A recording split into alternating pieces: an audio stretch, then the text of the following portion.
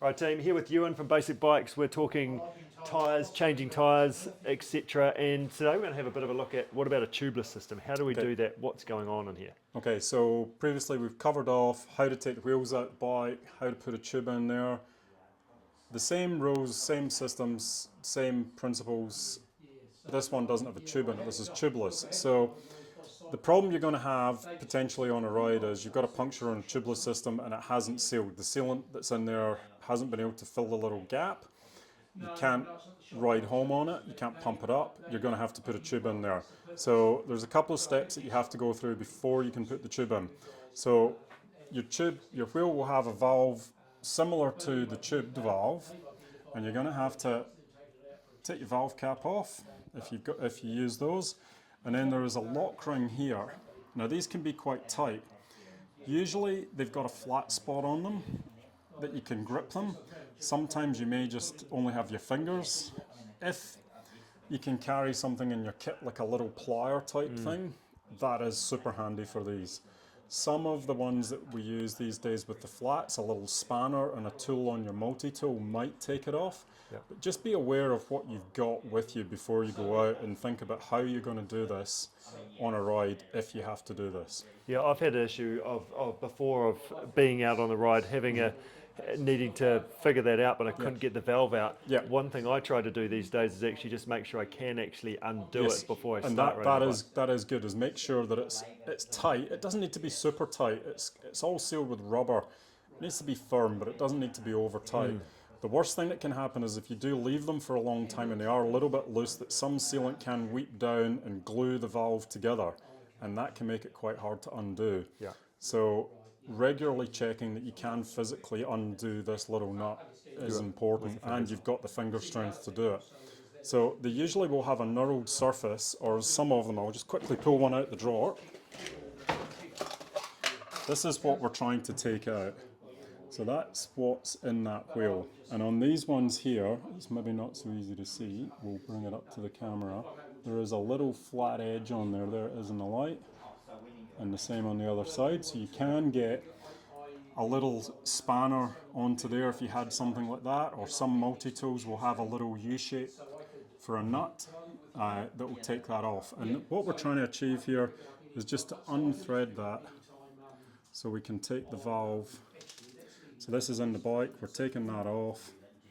I'm going to pull this out, and this has to be taken out of the rim. So we'll let the air out of this and pretend that it's got a puncture. And because it's full of sealant, a tool that you don't need to have, but we use them in the workshop, is we'll just take the core out the valve. And it lets the air out really fast. So now we've got it down. Try and see if you can undo this nut, and I can do it with my hands, but you may need something like, a plier or something. You can get small ones of these companies like Leatherman, even Victorinox, the Swiss Army knife people. They make little portable ones, and they can be really good. You probably buy them on Temu or one of these things too. You don't need a fancy one. You just need something that will help. Yep. So don't go breaking the bank unless you really have to have that level of tool. Yep. So the air's out. So the same as with the normal inner tube, we're going to make sure that we can push the tyre off the rim and make sure that we can get that free. And once we've got it free, we can then check the valve core here is just sitting there.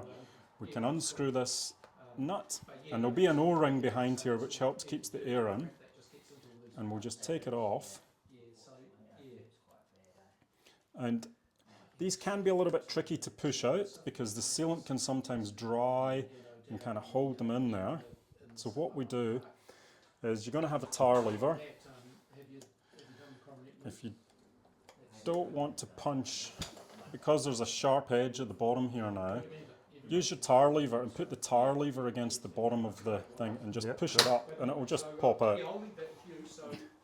And you can see there that the sealant has come down a little bit of the valve core, but it's still been free enough to turn. Now that that's off, you're just going to go through the same procedure as changing a tube. You're going to take the tyre off. you're going to have sealant in here. So if you have to put a tube in here, you've got to get rid of the sealant. Show us that. We didn't quite see the sealant. Oh, sorry. There's a sealant in the bottom of the tyre there. So you're going to have to get rid of that. Milky, white, gluey type Yeah. substance. Most of the modern ones are biodegradable, water-based. Is it environmentally friendly to just tip it out at the side? Yeah. Probably technically no. Technically no, but you could carry, when we carry our spare tubes, we carry them in a Ziploc bag and we put the Ziploc bag inside a little rag. And you can mop that up with the rag. Okay. You If know. you didn't, could you just slap your tube straight in? You could, but you're going to stick the tube to the tyre. Ah, I see. So if you get home with a tube, you want to make sure you take it out straight away. Yeah. Because if you leave it in there for a few days, the sealant will literally glue the tyre and the tube together. Okay. You can get them apart, but it can become tricky. Okay. So, and the bike will also ride really bad now because you've now got a laminate of two pieces of rubber, Yes. which makes it really stiff. So the tyre doesn't roll, it doesn't corner as well, Ah, right, okay. and that can be an issue. So Okay. if you do have to put a tube in here, clean it all out when you get home, rinse it out, wash it out, dry it out, use your talcum powder and the chalk because it really helps, and that is what you're going to have to do. But if you've only got a little bit of sealant, and road bikes will only have 40 or 50 milliliters of sealant in there, it's not a lot. Yep. You could rinse it out with water, really. Yep. It's going to be, use your water bottle, rinse it out, use a cloth if you have it, or if you've got a head scarf or something you're not going to wear, you can wash when you get home. Yep. Put that in your Ziploc bag that you carried your tube in, and then it doesn't cover everything else, and sort it when you get back. It's all about getting home and not walking home. Yes. Or having to phone for somebody to come pick you up, which is even more embarrassing. We don't want that either. So, That's good. so one liberty we're going to take here is this wheel is not lined up with the valve. The label, the valve hole is here and the label's here. You always want to line that up. It might sound like a kind of pedantic thing, but it's really good for referencing where punctures might have been and might have occurred, as we talked about with changing a tube. Yep. You're still going to have to check around the tyre with your hands on the inside to make sure you found anything that could be sticking in there. Yep. But often, if it's a tubeless system and it's gone down, something's gone in, it's cut it, and then it's come out.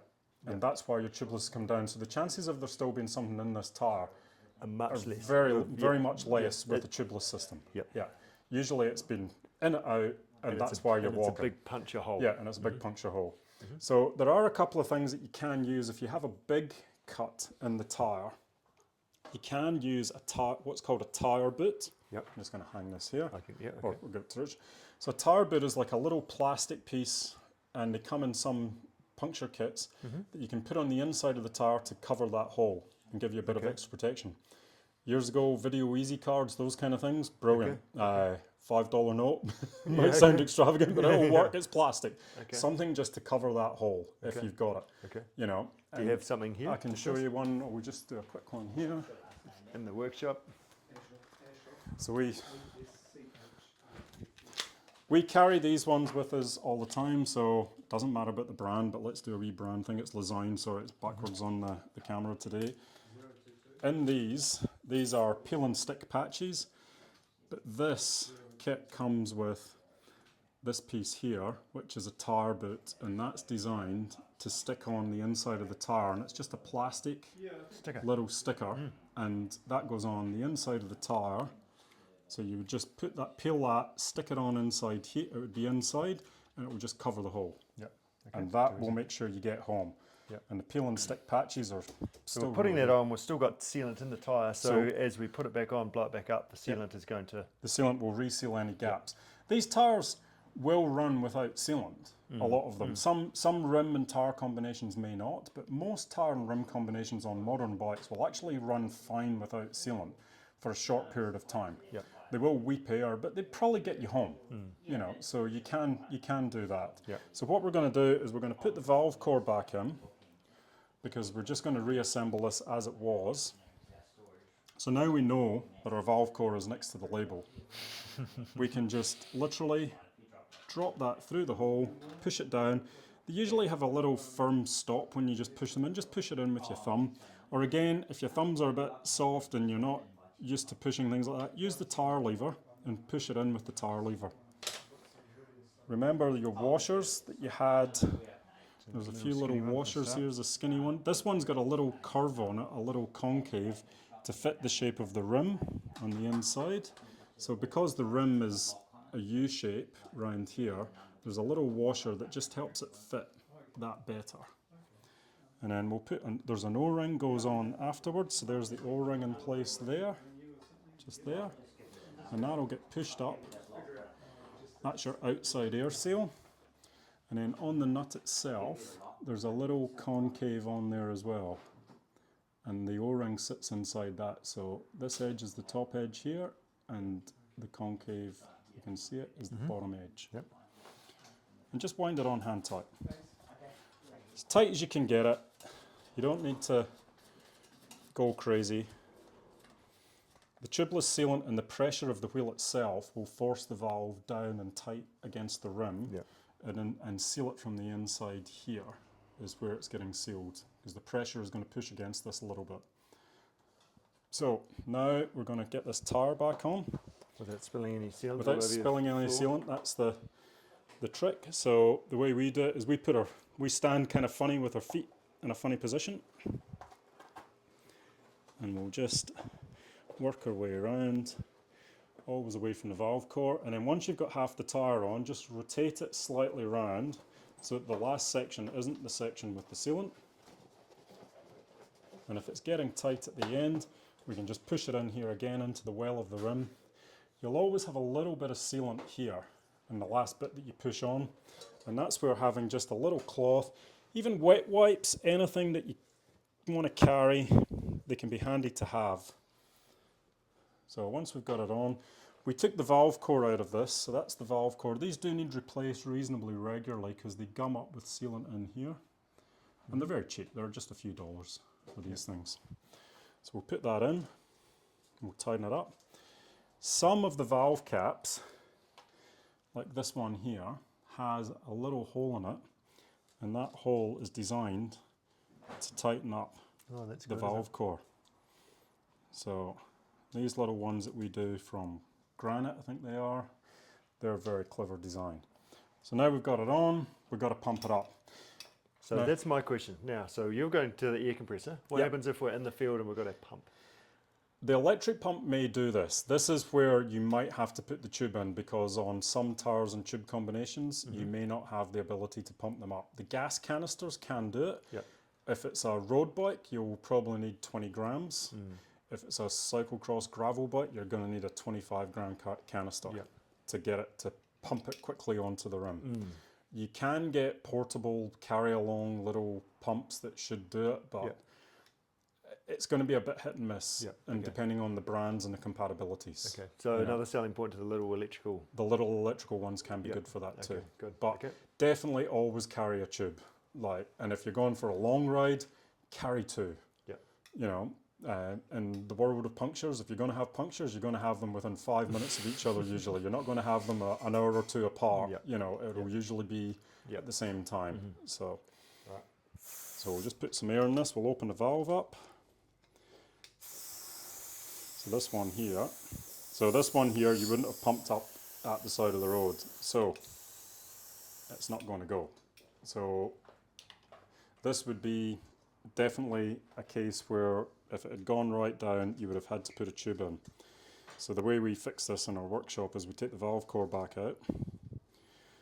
We're in a system here with 130 psi and a big volume of air, and what we're going to have to do is shoot this up really fast. And that Got done in a hurry. lots of people come in for us just to do that, and we're more than happy to do it. We don't generally charge for it if it's just ready to go. And then put the valve core in, tighten it up, and then we can pump the tyre back up to normal because we've lost a little bit of air. But getting the tyre seated on the rim,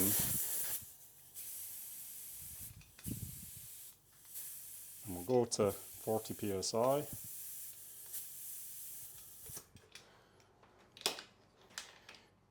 And we should really, once we've got it on, again, looking around to make sure we can see the little black marker line. So we know the tyre's all beaded up. Generally with tubeless, it's a little bit easier to get to this point if you've got enough air to pump in there, a little bit easier than a tube. But again, with the tube, having that chalk on there or the talcum powder will make life a lot easier.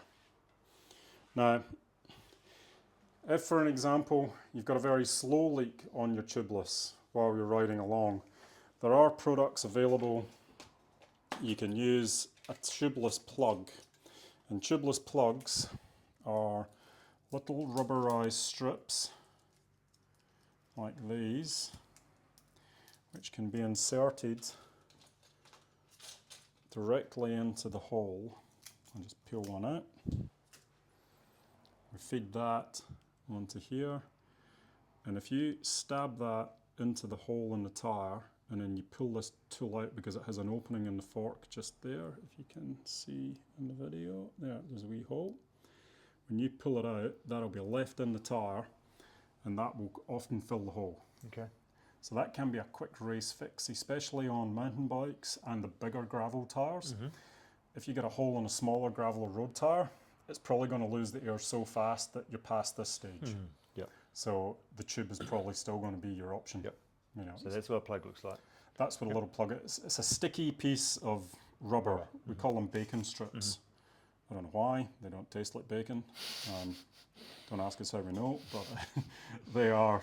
They will, especially on mountain bikes, and lots of mountain bikes, especially the cross-country racers, will carry. You can have portable ones of these that are strapped to your handlebar, or they're in the end of your handlebar, or they're in your back pocket, and you can just quickly stab it in, and you can keep riding. Yep. You know, and that is good. But on road and gravel, cyclocross tires, you're going to have to be real quick, because there just isn't the volume of air in the tire to give you enough time to get to that stage.